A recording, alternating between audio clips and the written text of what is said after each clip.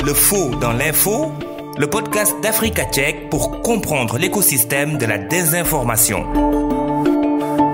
Bienvenue à tous. En ce mois de novembre 2024, focus sur le pays des hommes intègres. Difficile d'être journaliste au Burkina Faso depuis l'arrivée des putschistes au pouvoir. Les journalistes en général ont une épée de Damoclès au-dessus de la tête, menacés mais aussi parfois contraints d'être enrôlés dans l'armée. La situation est encore plus compliquée pour les journalistes d'investigation, obligés de faire profil bas. La désinformation est souvent utilisée pour conforter la position et les décisions des autorités en place. La désinformation est aussi une arme pour pousser les populations à rallier une idéologie. Nous en parlons avec notre invité Camille Montagu, chargée des recherches et des investigations au bureau Afrique subsaharienne de Reporters sans frontières. Le faux dans l'info, décryptage.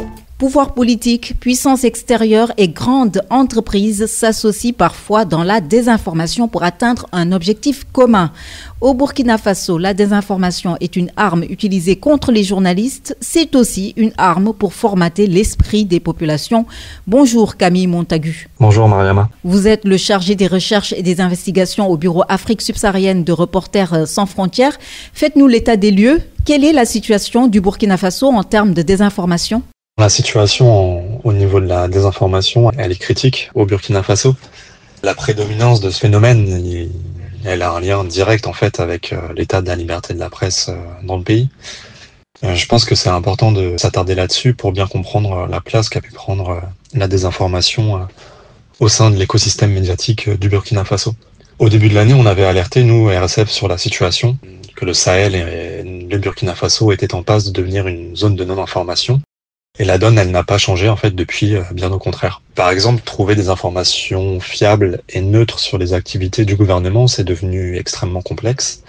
Je ne parle même pas de traiter ou d'aborder des questions sécuritaires dans le pays, notamment en dehors de Ouagadougou. En fait, toutes les paroles critiques qui ne vont pas dans le sens des autorités ou qui remettent en cause la gestion du pays peuvent vous exposer à une flopée d'insultes, de menaces coordonnées ou même de kidnapping déguisé. Les campagnes de dénigrement visant des journalistes qui ont exercé au Burkina Faso et qui sont burkinabés ou non, elles sont désormais régulières. Et en fait, toutes ces menaces, tous ces dénigrements, ils ont, selon nous, un seul objectif, c'est décrédibiliser, si ce n'est réduire au silence des personnes qui s'écartent du chemin tracé par le traitement patriotique de l'information.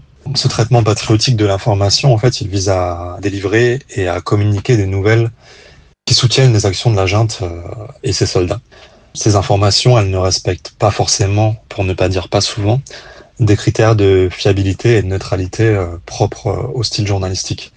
En d'autres termes, en fait, certaines fausses informations ou des informations manipulées sont utilisées pour soutenir le pouvoir en place. C'est un procédé assez classique que l'on retrouve en temps de guerre. Toujours est-il qu'aujourd'hui, la corporation, ou du moins une partie, a souvent moins d'audience et souvent moins bien entendu et reçu que certains activistes proches du pouvoir qui exercent sur les réseaux sociaux. Tout ça pour résumer, en fait, c'est que sans contre-pouvoir dans le domaine médiatique, les dynamiques et les tendances liées à la désinformation ont tout le loisir de se développer et parfois avec le soutien du pouvoir en place. Quels sont les secteurs ou les domaines où vous notez un grand nombre de désinformations ? C'est dans l'ensemble des domaines. Je pense que c'est une société qui est envahie par la désinformation et un traitement de l'information qui est partisan. Au-delà d'un secteur particulier, je dirais que la désinformation au service du pouvoir en place, c'est la principale forme de ce phénomène dans le pays. Dans ce cas-là, elle a donc un objectif précis, en fait, c'est favoriser le discours dominant, qui est celui du pouvoir en place, quitte parfois à passer plus de temps à démonter les discours critiques, plutôt que de parler des actions du gouvernement, y compris de ses erreurs.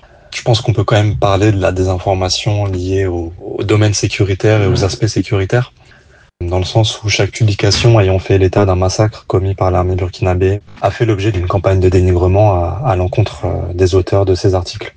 Je pense qu'il est possible de prendre un exemple qui date d'1 an et demi, c'est celui de Sophie Douce et Agnès Fièvre, qui étaient respectivement correspondantes de Libération et du journal Le Monde au Burkina Faso.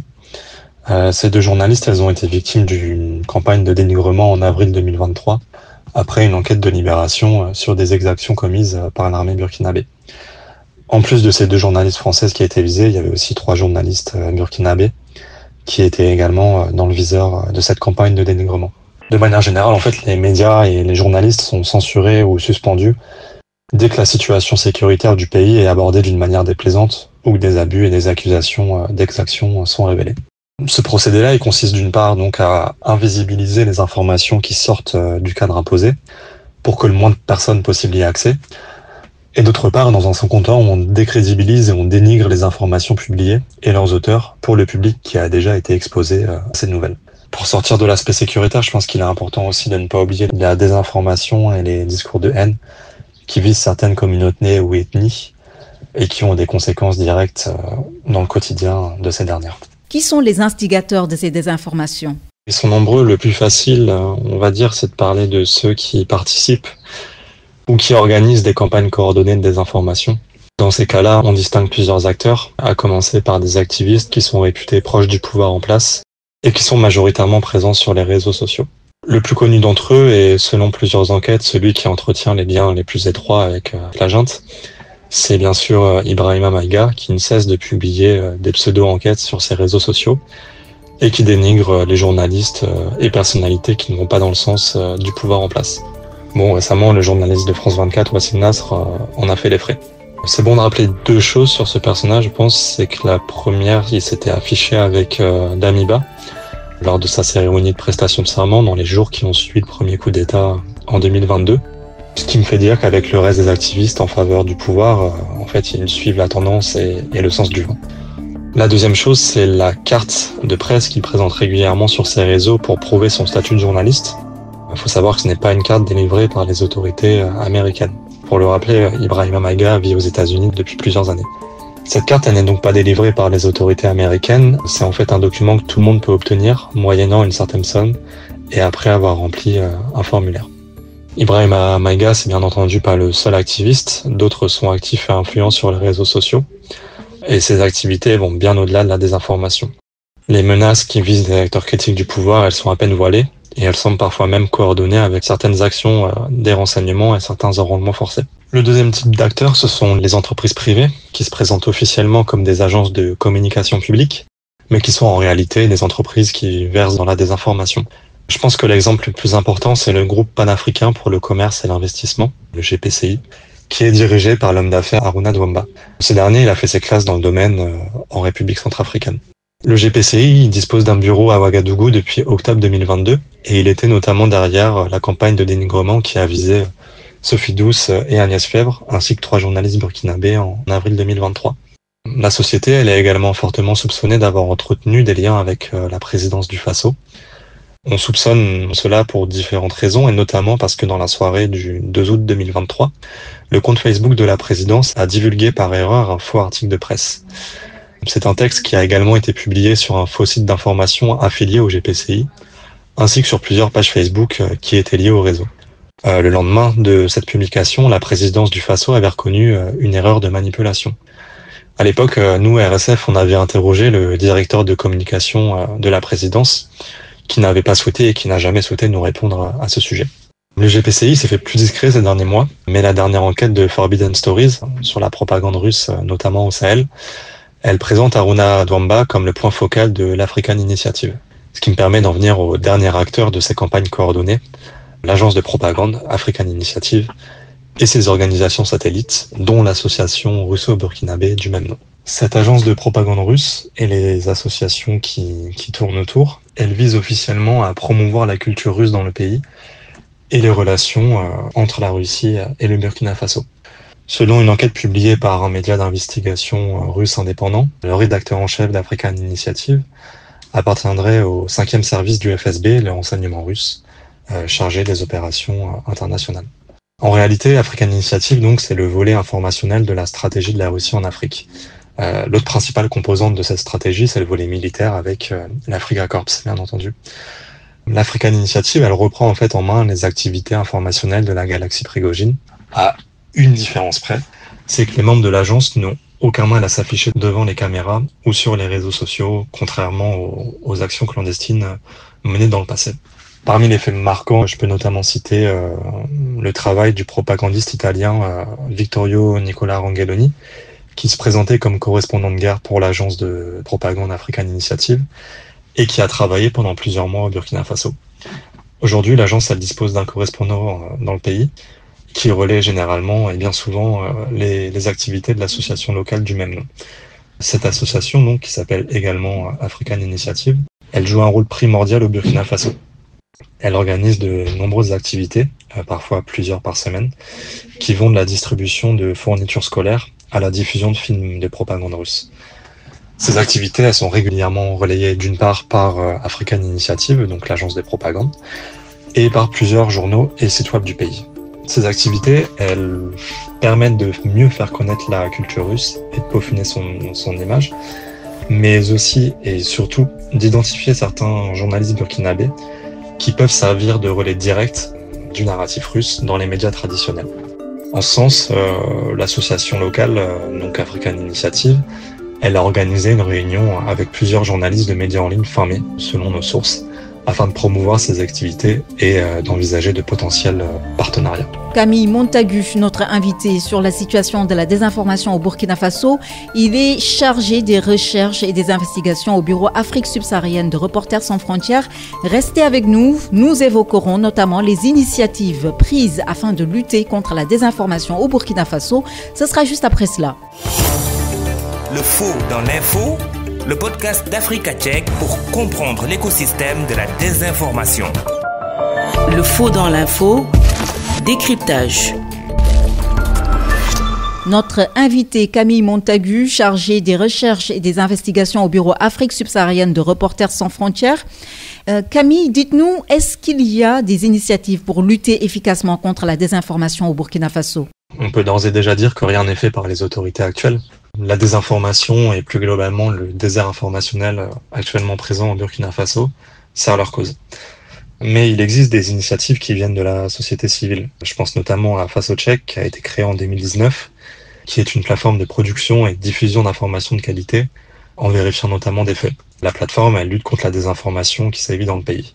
C'est important de le noter parce que l'un des journalistes de ce média et de cette initiative a remporté le prix du fact-checker de l'année à Accra, au Ghana, à l'automne dernier. Je pense également à d'autres initiatives, mais au niveau régional cette fois-ci, comme votre plateforme Africa Tchèque ou la plateforme africaine des fact-checkers francophones. Mais au Burkina Faso, il faut être honnête, les conditions d'exercice pour ces initiatives, elles restent précaires et compliquées, notamment pour la sécurité des journalistes.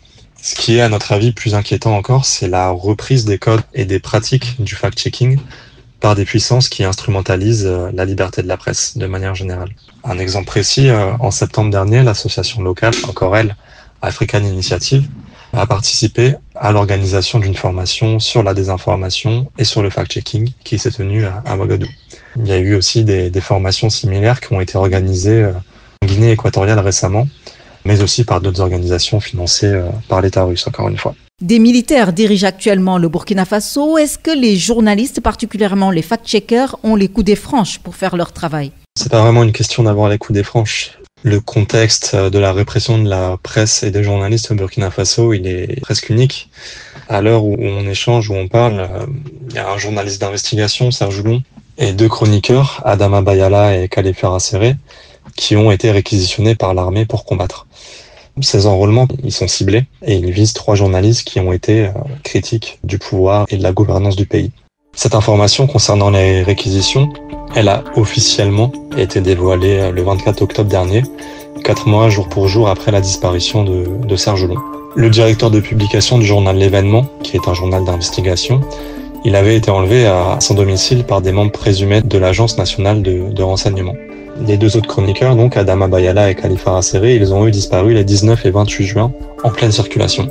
Depuis leur disparition et depuis l'annonce officielle, surtout des réquisitions, aucune information concernant leur localisation ou l'unité à laquelle ils ont été affectés et leur état de santé n'a été dévoilé. Plus inquiétant encore, c'est le silence total des autorités sur la situation d'Alain Traoré, du groupe de presse Omega. Donc il est connu pour sa chronique Le Défouloir. Et Alain là, il est plus connu sous ce nom-là aussi, il a été enlevé à son domicile par des individus qui se sont également présentés comme appartenant à l'ANR. Tout porte à croire, notamment le modus operandi de l'enlèvement, qui est le même que celui de Serge Joulon, qu'Alain Traoré a également été réquisitionné par l'armée burkinabé. Face à ces réquisitions, mais aussi aux menaces, aux convocations ou encore aux suspensions, L'autocensure, chez les journalistes et dans la profession de manière générale, elle est devenue quasiment une norme. Il faut aussi rappeler la mise au ban des médias et des correspondants internationaux qui ne peuvent plus couvrir le pays depuis de nombreux mois. Ce rétrécissement de l'espace informationnel, il est notamment rendu possible par la proximité et l'instrumentalisation grandissante de l'organe de régulation des médias, le Conseil supérieur de la communication, avec le pouvoir en place. Un exemple tout simple, Ibrahim Traoré choisit directement le président du CSC depuis novembre 2023. Je pense aussi aux événements plus récents qui ont montré une certaine collaboration approfondie entre le CSC et la Haute Autorité de la Communication pour suspendre, en tout cas à l'heure où nous parlons, et plus précisément retirer la licence de la chaîne privée Joliba TV au Mali pour avoir parlé et notamment remis en cause la dernière tentative de déstabilisation qui a eu lieu au Burkina Faso. Juste un petit point aussi sur la situation économique. Les médias privés et indépendants, ils sont à bout de souffle au Burkina Faso. L'ensemble de la presse, notamment privée, craint la visite des impôts, notamment depuis la mise sous scellé des locaux du journal d'investigation L'événement en juillet 2023. Cette mise sous scellé, elle avait duré uniquement quelques jours, mais elle est révélatrice de la tendance et de la répression économique que peuvent subir et que subissent certains médias dans le pays. Quels sont les conseils que vous donneriez aux journalistes exerçant dans un pays tel que le Burkina Faso? C'est compliqué de se positionner en tant que bienfaiteur, pour être honnête, et encore plus de donner des leçons en étant à l'extérieur du pays. À RSF, on essaye d'avoir du mieux possible conscience des difficultés et des dangers encourus par la profession. Ça, c'est le premier point.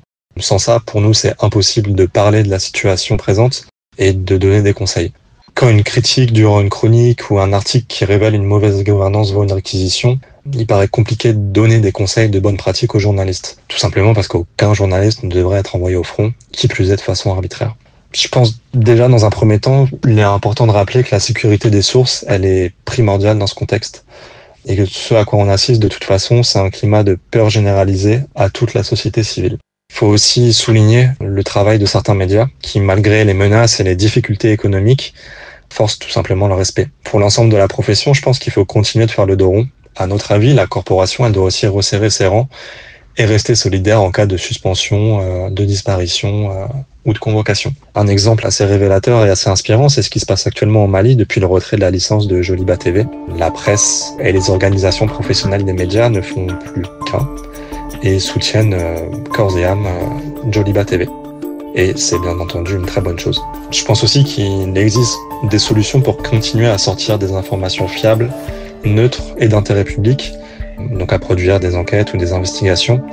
L'une des solutions, c'est notamment se rapprocher d'organisations capables de publier ce genre de nouvelles. Merci Camille Montagu. Je rappelle que vous êtes le chargé des recherches et des investigations au bureau Afrique subsaharienne de Reporters sans frontières.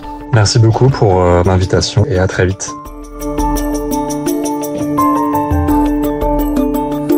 Fin de ce podcast produit par Africa Check et réalisé par Maria Mathiam.